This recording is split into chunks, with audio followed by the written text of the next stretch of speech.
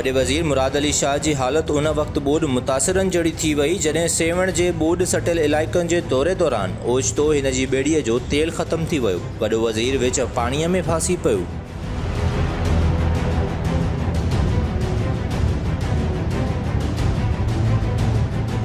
मुराद अली शाह ॿेड़ीअ में सवार थी सेवण तालके जे ॿुॾी वियल इलाइक़नि जे दौरे ते निकितो। विच पाणीअ में पहुचण बाद वॾे वज़ीर जी ॿेड़ीअ जो तेल ओचितो ख़तमु थी वियो ऐं हू फासी पियो। वॾे वज़ीर सां गॾु मौजूदु इंतिज़ामी अमलदारनि ॿेड़ीअ जो मोटर ज़ोरी हलाइण जी कोशिशि कई त इन मां धुआं निकिरण लॻा ऐं सभिनी जो साहु मुठि में अची वियो।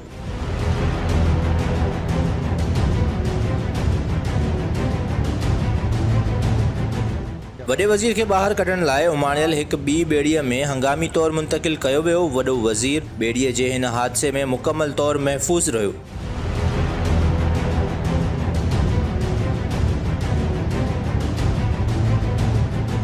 पर खेसि इन ॻाल्हि जो अंदाज़ो ज़रूरु थी वियो हूंदो त ॿोॾि मुतासिर कहिड़े अज़ाब खे मुंहुं ॾेई रहिया आहिनि।